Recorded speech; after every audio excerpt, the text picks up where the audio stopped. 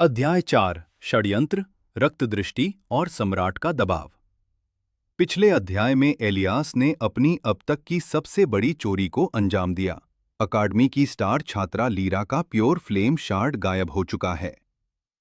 गैरिक को बलि का बकरा बनाया जा चुका है। लेकिन क्या एलियास इस चोरी को पचा पाएगा या लीरा का गुस्सा उसे जलाकर राख कर देगा? आज एलियास अपनी नई शक्ति ब्लड आई का इस्तेमाल करेगा, जो दुश्मनों की रूह की कमजोरी को भी देख सकती है। अकादमी की सुबह किसी धमाके के साथ शुरू हुई। लीरा वॉस के डॉर्न से निकलने वाली चीखें दीवारों को कंपा रही थीं। मेरा शार्ड, किसने छुआ उसे? अगर मुझे पता चला कि वह चोर कौन है, तो मैं उसकी नसें जिंदा बाहर खींच लूंगी। एल्डर हार्लन और छात्रों की भीड़ जमा हो गई। लीरा की आंखों में पागलपन और डर साफ दिख रहा था।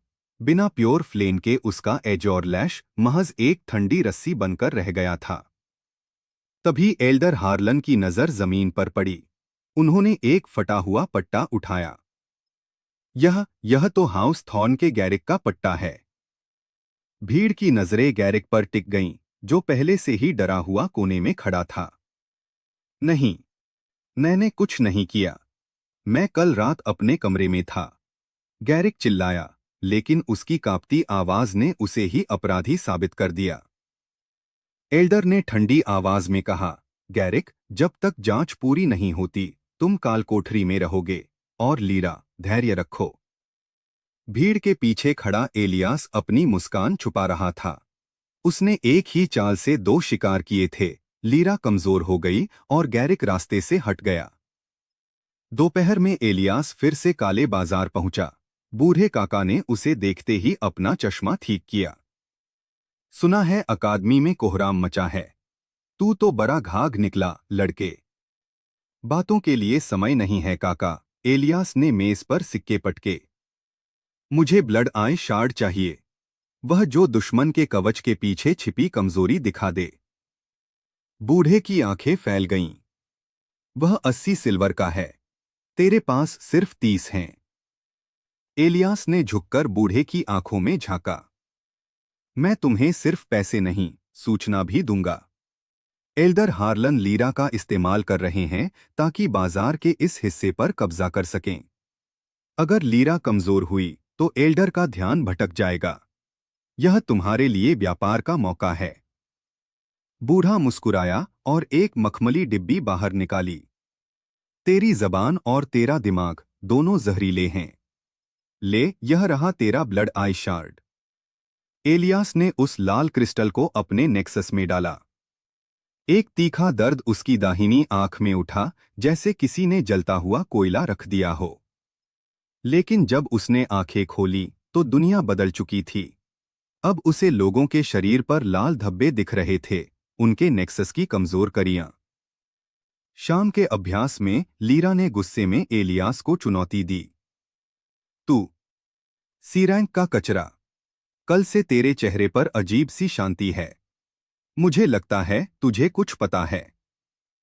मैदान में सब इकट्ठा हो गए। लीरा ने अपना आधा अधूरा एज और लैश लहराया।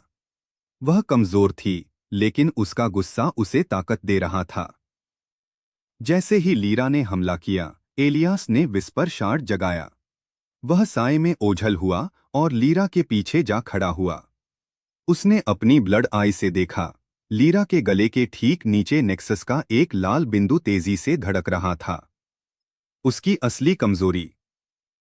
एलियास ने स्पार्क और प्योर फ्लेम की शक्ति को मिलाकर एक काला और नीला आग का गोला बनाया, वॉइड फ्लेम। उसने उसे सीधे लीरा के पैरों पर मारा।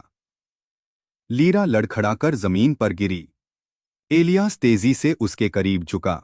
उसकी आवाज अब सिर्फ लीरा को सुनाई दे रही थी। चीखना बंद करो, लीरा। तुम्हारा शार्ड मेरे पास है। अगर चाहती हो कि तुम्हारा करियर और तुम्हारी इज्जत बची रहे, तो मेरी कठपुतली बनकर रहो। वरना कल सुबह पूरा अकादमी जानेगा कि तुमने अपनी शक्ति के लिए एल्डर के साथ क्या सौदा किया है। लीरा के चेहरे का रंग उड़ गया। उसकी सांसें रुक गईं। उसने एलियास की आंखों में देखा। वहां एक 15 साल का लड़का नहीं, बल्कि एक प्राचीन सम्राट खड़ा था जो उसकी रूह को कुचलने के लिए तैयार था। मैं हार मानती हूँ, लीरा ने कांपते हुए कहा। पूरी अकादमी सन्न रह गई। एक सी रैंक वाले लड़के ने ए रैंक की लीरा को घुटनों पर ला दिया था। एल्डर हार्लन की नजरें अब एलिया